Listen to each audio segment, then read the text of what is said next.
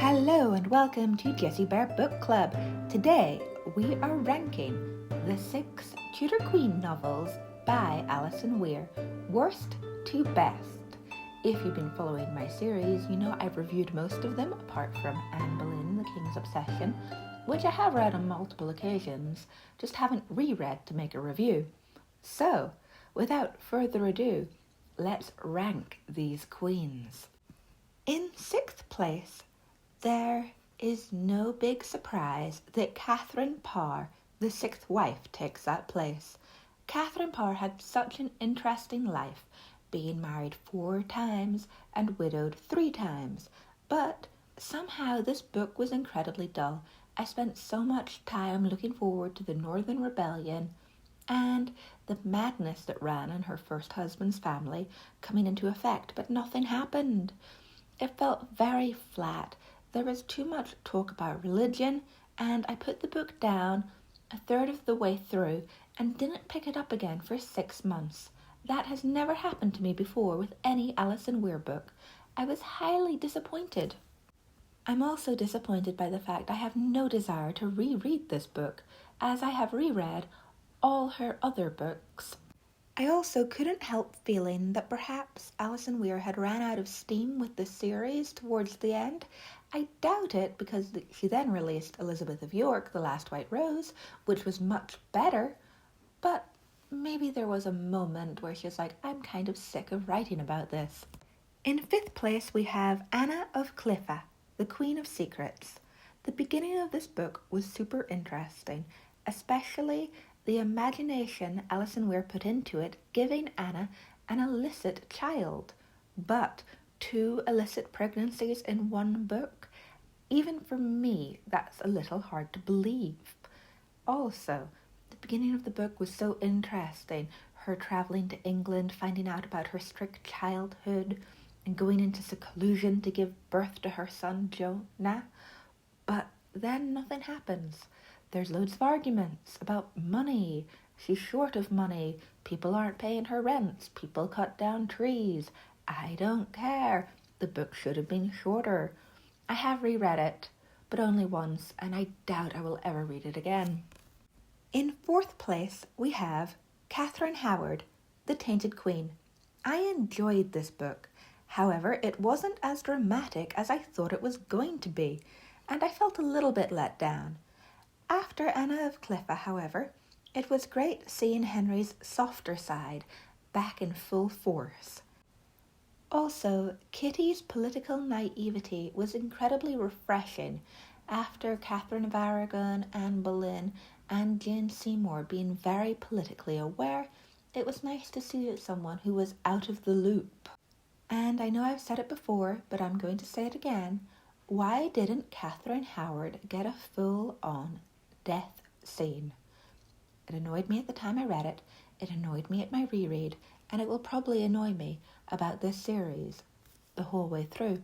Every other queen got a proper death scene, with everything fading to black, or watching your head spin off, or a golden garden, but not Catherine Howard, and it almost broke the flow of the series for me. In 3rd place, it might come as a surprise to you, but we have Anne Boleyn, The King's Obsession. On my first read-through of this book, I was slightly disappointed by Anne's coldness, but on rereads I connected with her character much more, especially her being brought up outside England and always feeling like an outsider. That was something I could relate to. I also felt deeply sad for Anne and her unfulfilled love for Henry Norris. It somehow made it sadder when she found out he felt the same way. One of the small quibbles as well I had with Anne Boleyn, The King's Obsession, was we didn't get to see enough of her siblings, especially George and Mary. Mary, being raped twice by Francis I and then by Henry, seemed somehow odd, unbelievable. Once, yes, twice, no. Both kings, I doubt it. And then George being a rapist, I think that's probably historically accurate, but it could have been handled slightly better. I still haven't read Alison Weir's short story, The Wicked Wife, about Jane Parker. and I probably should. It might give me more clarification around George. I also love how much effort Alison Weir put into the beginning of Anne's career in courts. Seeing Marguerite of Austria's court, seeing the French court, was something that people normally gloss over when it comes to Anne, and I'm glad she didn't. In second place, we have Jane Seymour, the Haunted Queen. I was so impressed with this book because it made Jane Seymour anything but dull. I hadn't been sure how this book was going to be handled, and I was pleasantly surprised the whole way through. It's even stood the test of time when it came to rereads. Jane's natural love and attraction to Henry is a good reprieve from Anne Boleyn and her machinations on Henry's love. I also enjoyed viewing the close family relationship Jane and her siblings and parents had, even if her dad and her sister-in-law got it on and had a couple of kids. It was all handled very well, very in-house, very Tudor, very family-orientated. I also fell in love with the country girl garden vibe that Jane Seymour gave out through this entire book. It almost felt a little bit hippy-dippy to me. I was brought up in the middle of nowhere in the country, and I really liked how into gardening she was and how her mum was really into cooking, and it just felt very homely and strangely relatable. In first place, we have Catherine of Aragon, the true queen. Of course, this book has the top spot. Catherine of Aragon's life had so much happen in it. This book is completely action-packed, and on every reread I spot something new. It also makes me wish, for her own sake, Catherine of Aragon had not been so stubborn. Her life didn't have to end so miserably. This book also has me super excited for Alison Weir releasing Mary's book, the first Queen of England to reign and the daughter of Catherine of Aragon. I really cannot wait to see how Alison Weir handles that story. But before that, we have The Heart of a King, about Henry. And I'm looking forward to that as well. I really want to see how his relationship with Catherine warped.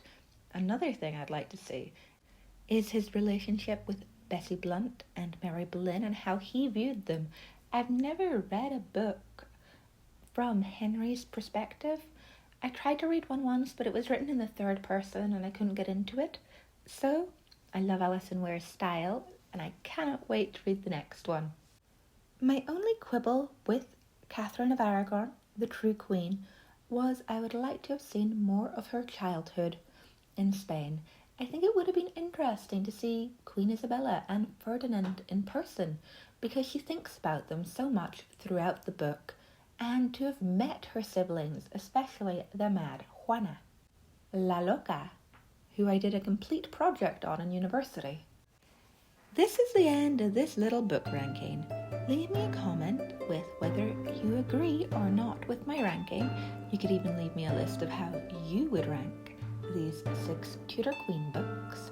And make sure to like, comment and subscribe for next week, where I will be doing a rant on blood, sex and royalty and Boleyn, because I did a poll.